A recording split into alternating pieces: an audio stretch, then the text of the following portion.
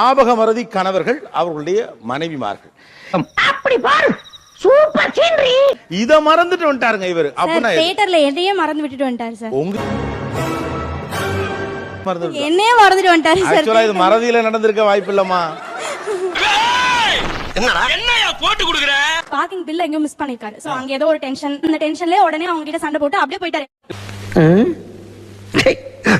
உங்களை தேடிட்டு இருந்தாரா இல்ல மறந்துட்டு? இல்ல, அப்படியே அவர் மட்டும் தியேட்டருக்கு வந்த மாதிரி போயிட்டாரு. நீ மனுஷனே இல்ல தெரியுமா? ஏங்க இது பார்க்கிங்ல யாரோ பொண்டாட்டிய மறந்துடுவானாங்க அதுக்காண்டி. சார் அந்த